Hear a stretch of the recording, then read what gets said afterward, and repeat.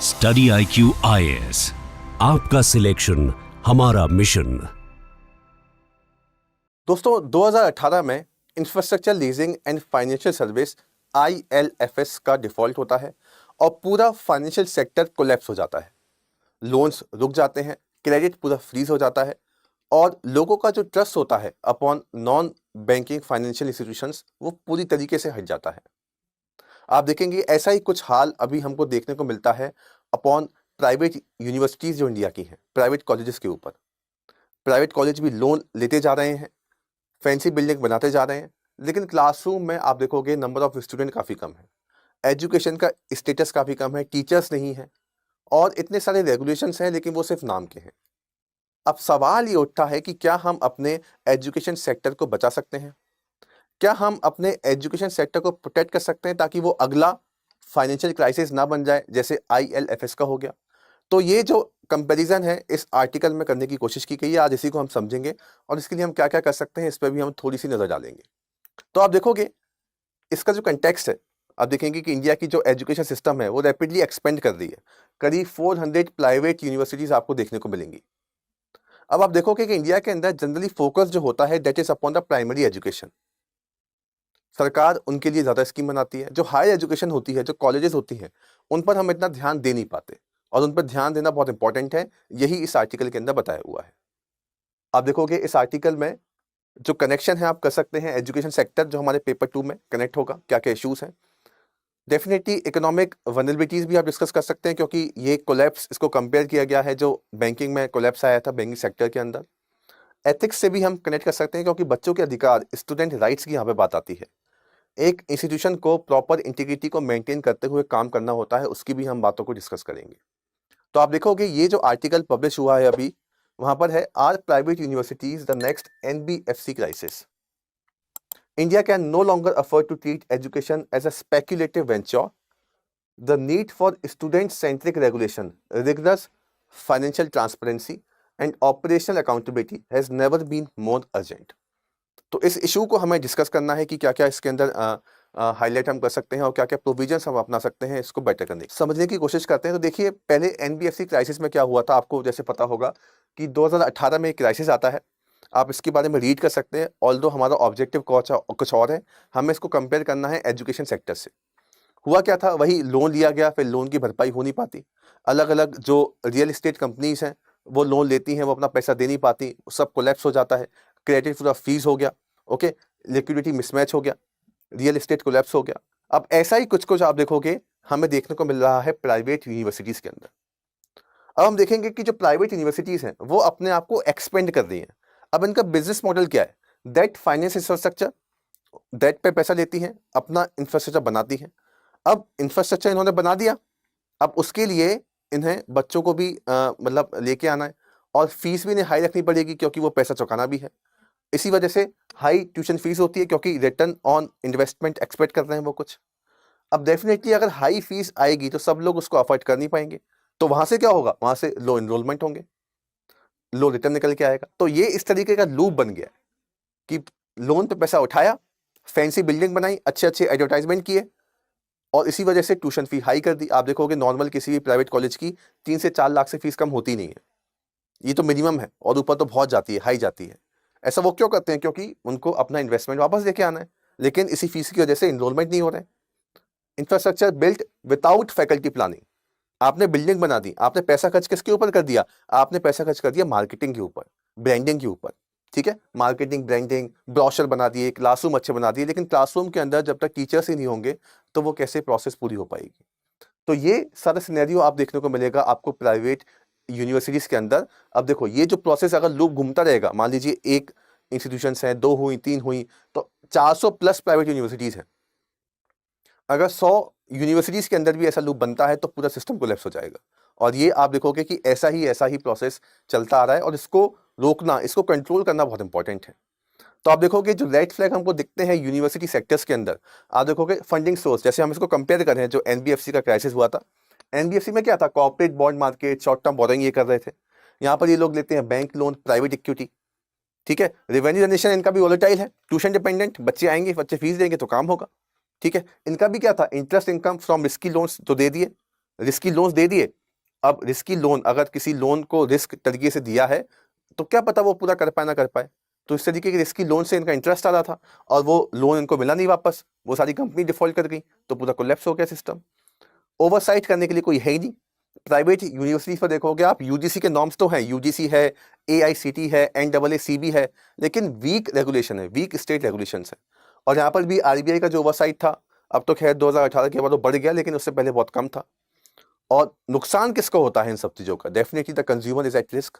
यहाँ पर बच्चे रिस्क पे हैं, यहाँ पर उनके माँ बाप रिस्क पे हैं, और यहाँ पर जो रिटेल बॉन्ड इन्वेस्टर्स थे उनका रिस्क था। ये कोलैप्स हो गया, ये mid course drop out, that default हो जाते हैं काफ़ी इंस्टीट्यूशंस। और यहाँ पे तो आपको पता ही है कि एनबीएफसी के अंदर लिक्विडिटी पूरी फ्रीज हो गई थी। ओके, सिस्टमेटिक कोलैप्सेस आ गए थे काफ़ी सारे। तो आप देखोगे कितना बड़ा हम एनालॉग ये क्रिएट कर सकते हैं और ये किस तरीके से काम करता है, सेम प्रोसेस में जा रहा है और कभी भी कोलैप्स हो सकता है। Therefore it is very important कि इस पर एक सुपरविजन हो, इस पर एक रेगुलेशन बने, यूजीसी कुछ करे, सरकार कुछ करे, एआईसीटीई कुछ करे, स्टेट कुछ करे, कुछ रिस्पॉन्सिबिलिटी उनको लेनी पड़ेंगी।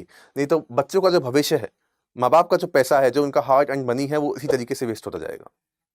अब देखो कुछ स्टेट, कुछ एग्जांपल्स भी यहाँ पर हैं, कुछ केस स्टडीज आप देख पाओगे। जैसे गुजरात के अंदर private universities admitting twice their sanction strength. वो इंफ्रास्ट्रक्चर है, स्टाफ है ही नहीं। अब ट्वाइस उन पे सैंक्शन स्ट्रेंथ भी नहीं है, उससे डबल बच्चे ले रहे हैं। क्यों? क्योंकि ट्यूशन फीस देती नहीं है, रिटर्न आरओआई अपना बढ़ाना है। और उसके बदले क्या किया? देखो बच्चे, मान लीजिए पहले एक बच्चा ले रहे थे, मान लीजिए 60 सीटें थी एक पर्टिकुलर ब्रांच के अंदर, तो 60 के कर दिए 120, वहां से पैसा बढ़ा, और स्टाफ को भी कर दिया कम, वो इंफ्रास्ट्रक्चर कर दिया, बच्चों को फैसिलिटीज नहीं दी, तो अपने आप भी आप देखो दोनों तरीके से पैसा आ गया। और इम्पैक्ट किस पे गया? इम्पैक्ट गया बच्चों के ऊपर। कर्नाटका में आप देखोगे exorbitant fees charge in violation of government rules, student misled with false job internship promises. आप देखोगे टीवी के अंदर काफी सारे ऐड आते हैं कि इतने का प्लेसमेंट, इतने का प्लेसमेंट, एक रियलिटी कुछ और होती है। तो स्टूडेंट को इस तरीके से मिसलेड किया जाता है और बच्चे हो भी जाते हैं। ओके, क्योंकि आप देखोगे अगेन जो गवर्नमेंट कॉलेजेस के अंदर जो सीट होती हैं दे आर वेरी लिमिटेड, वो कुछ बच्चे ही ऑक्यूपाई कर पाएंगे, बाकी बच्चे भी तो पढ़ेंगे, वो कहाँ जाएंगे? तो उनको तो प्राइवेट यूनिवर्सिटीज के अंदर जाना पड़ेगा, और उन्हीं को ही फिर मिसलेड कर दिया जाता है। पूरे पैन इंडिया में आप देखोगे तो 50% प्राइवेट कॉलेज दे फेल। जो नेशनल एक्रेडिटेशन काउंसिल होती है इसको लेकर स्टैंडर्ड्स होते हैं, उनको फेल करती है 50%। तो अगर 400 भी हैं, 200 तो उसके अंदर फेल ही है, लेकिन फिर भी वो 200 चल रही है। ठीक है, तो विदाउट डिमांड एंड सप्लाई ये पूरा का पूरा सिस्टम आप देखो कि कितना ज़्यादा मतलब डिस्टर्ब हो चुका है, और इसमें हम फंसते जा रहे हैं, जो हमारे स्टूडेंट है इससे फंसते जा रहे हैं। तो इसको समझना बहुत इंपॉर्टेंट है। ये हमारे पास कुछ स्टेट स्पेसिफिक केसेस भी हैं जिनको ध्यान में रखना बहुत इंपॉर्टेंट है। और ये सब कुछ खराब हो रहा है तो नुकसान किसका होता है? बच्चों का सबसे ज़्यादा नुकसान है। स्टूडेंट जो है वो सबसे ज़्यादा स्टेक पर है। ओके, एकेडमिक डिसकंटिन्यूटी बीच में छोड़ना पड़ता है, फाइनेंशियल लॉसेस होते हैं, लॉस ऑफ ट्रस्ट होता है, डेफिनेटली इकोनॉमी भी हमारी पूरी की पूरी डिस्टर्ब हो रही है। जो एनपीए देखोगे एजुकेशन फाइनेंस सेक्टर में बढ़ता जा रहा है, poor return on national investment in education loans. ठीक है ना? ओके, गवर्नमेंट के लिए आप देखोगे पब्लिक बैकलैश होगा, लॉ सूट्स फाइल होंगे, रेपुटेशन डैमेज होगी रेगुलेटरी बॉडीज़ की, क्योंकि यूजीसी की गाइडलाइन के थ्रू ही बनते हैं फिर वो कॉलेज। वहाँ पे जो करिकुलम डिज़ाइन होता है यूजीसी आता है, एआईसीटीई आता है, तो डेफिनेटली उनका भी नाम खराब होता है। तो देयरफॉर ये जो फॉल आउट है इसके काफ़ी सारे हैं। अगर इस क्राइसिस को हमने सही तरीके से नहीं समझा, तो उस क्राइसिस को समझना बहुत इंपॉर्टेंट है, तभी जो है हमारी बात बन पाएगी। तो इसमें हमें देखने को मिलेगा कि जो इंस्टीट्यूशंस की अकाउंटेबिलिटी है उसमें काफ़ी कमी है, गाइडलाइंस कुछ और हैं, ऑन द ग्राउंड काम कुछ और होता है। ये एक बहुत बड़ा इशू है। हमारे पास कोई सेंट्रल डेटा बेस नहीं है फॉर प्राइवेट यूनिवर्सिटीज फाइनेंसेस, तो एक प्रॉपर तरीके का सेंट्रलाइज सिस्टम बनाना पड़ेगा। डेफिनेटली देखो पब्लिक प्राइवेट के साथ में ही काम होता है, तो ऐसा नहीं कि पब्लिक अपना, सरकार अपना काम किए जा रही है, सरकारी कॉलेज बनते जा रहे हैं। प्राइवेट यूनिवर्सिटीज़ काफ़ी अच्छी भी है इंडिया के अंदर, लेकिन जो एकदम से ये बढ़ती जा रही है इन पर कंट्रोल करना बहुत इंपॉर्टेंट है। तो हमें एक सेंट्रल डेटा बेस बनाना पड़ेगा ताकि हम सबका एक डेटा तैयार कर सकें। फी हाइक जो हो जाती है विदाउट पब्लिक नोटिफिकेशन और हियरिंग, इन पर कंट्रोल करना पड़ेगा। जो मिसलीडिंग प्लेसमेंट है उन पर हमें ध्यान रखना पड़ेगा, जो ब्रोशर्स में किए जाते हैं, मिसलेड किया जाता है, मार्केटिंग जिस हिसाब से की जाती है। कोई भी स्टूडेंट ग्रीवियंसेस रिड्रेसल मैकेनिज्म नहीं है काफ़ी प्राइवेट यूनिवर्सिटीज़ के अंदर। तो बच्चा जाए तो जाए कहाँ, किससे बात करे, ये भी बहुत बड़ा इशू है। तो इन सबको ध्यान में रखना बहुत इंपॉर्टेंट है, और इनको ध्यान में रखने के लिए हमें यूजीसी की कमियों को देखना पड़ेगा। ओके, जैसे UGC does not mandate full financial disclosure, reluctant to penalise erring institutions. Again आप देखोगे काफ़ी सारे लूप होल्स हैं, करप्शन काफ़ी ज़्यादा है। तो अगर किसी भी इंस्टीट्यूशन के अंदर कोई मान लीजिए कोई गलती है भी तो वो फिर निकल जाता है, पास हो जाता है, ठीक है। उसके ऊपर कोई पेनलाइजेशन या उसके ऊपर कोई स्ट्रिक्ट पनिशमेंट या रेगुलेशंस ऑर्डर पास नहीं किए जाते। आउटकम बेस्ड ऑडिट आपको बहुत कम देखने को मिलेंगे क्योंकि quality of education standard criteria नहीं है। इनमें आप देखो ओवरलैप है, AICTE कुछ और बोलती है, स्टेट बॉडीज कुछ और बोलती हैं, तो इनके बीच में ही टर्फ चलता रहता है, इनके बीच में ही तनाव चलता रहता है, जिसकी वजह से वीकर अकाउंटेबिलिटी हो जाती है।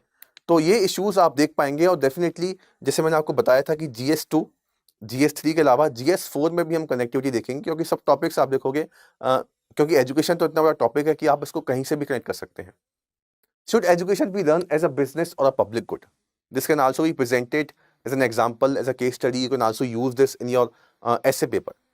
एथिकल क्वेश्चन का निकल के आता है कि इस तरीके से जो एस्पिरेशनल यूथ हैं इनको हम एक्सप्लॉइट कर रहे हैं, तो ये ठीक है क्या? इस तरीके से जो बिजनेस किया जा रहा है जस्ट फॉर द प्रॉफिट, ये ठीक है या नहीं? एजुकेशन को हमने एक व्यापार की तरह बनाना शुरू कर दिया है, तो इसको कहाँ तक हम सही कह सकते हैं? Job prospects, miss representation of facilities और प्रीडेटरी फी स्ट्रक्चर, ये कहाँ तक ठीक है? एक्सप्लॉइट जो किया जा रहा है बच्चों को, उनको माँ बाप को, ये कहाँ तक ठीक है? तो ये कुछ एथिकल क्वेश्चंस हैं जो हमको समझने पड़ेंगे और इनको एथिकल कंसर्न के हिसाब से देखना पड़ेगा कि लोगों को कितना नुकसान हो रहा है इस पर्टिकुलर चीज की वजह से। तो अब इसके लिए कुछ अगर हम सजेशन की बात करें तो definitely financial audit is very important. जितनी भी प्राइवेट इंस्टीट्यूशंस हैं उनका एक प्रॉपर फाइनेंशियल ऑडिट होना चाहिए ताकि हम समझ सकें कि इनकी स्थिति क्या है, ये कितने पानी में है। इनरोलमेंट लिंक्ड एक्सपेंशन अपन कर सकते हैं, ठीक है। इसके अलावा student first model, minimum service guarantees, library, hostel, faculty ratio जो है, ये स्टूडेंट को ये चाहिए। उनको चाहिए कि अच्छी लाइब्रेरी हो, किताबें हो, हॉस्टल फैसिलिटीज हो, टीचर्स हो, ये सब हो। ओके, एक fee regulation board is very important हर एक स्टेट के अंदर, ताकि फी पर कंट्रोल लगा सके।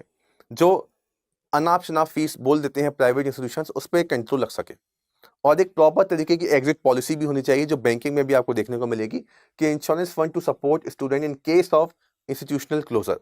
मान लीजिए वो इंस्टीट्यूशन ही बंद हो गई, फिर क्या होगा बच्चों का, ठीक है। तो that is also should be taken care of. तो आप देखोगे ये हमारे पास कुछ तरीके हैं जिससे हम इसको बेटर कर सकते हैं। तो प्राइवेट यूनिवर्सिटीज के अंदर आप देखोगे काफी रिस्क है, इसकी वजह से जो NBFC सिस्टम है पूरा कोलैप्स हो रहा है, इसको समझना बहुत इंपॉर्टेंट है। एस्पिरेंट और जो फ्यूचर पॉलिसी मेकर्स हैं, we must ask, is our education sector preparing mind और मिनिटिंग मनी? हम क्या सिर्फ पैसे बना रहे हैं या फिर हम एजुकेशन देकर एक विद्यार्थी का भविष्य ठीक कर रहे हैं? ये सवाल हमको पूछना पड़ेगा और इसके लिए काम भी करना पड़ेगा। आई होप आपको ये टॉपिक समझ में आया होगा। आप कंपेयर कर पाएंगे कि किस तरीके से ये प्रोसेस हो रही है और ये कितने बड़े कोलैप्स की तरफ आगे बढ़ रही है। ऐसे ही और अपडेट के लिए आप हमारा टेलीग्राम चैनल भी फॉलो कर सकते हैं। Thank you very much. Study IQ IAS, आपका सिलेक्शन हमारा मिशन।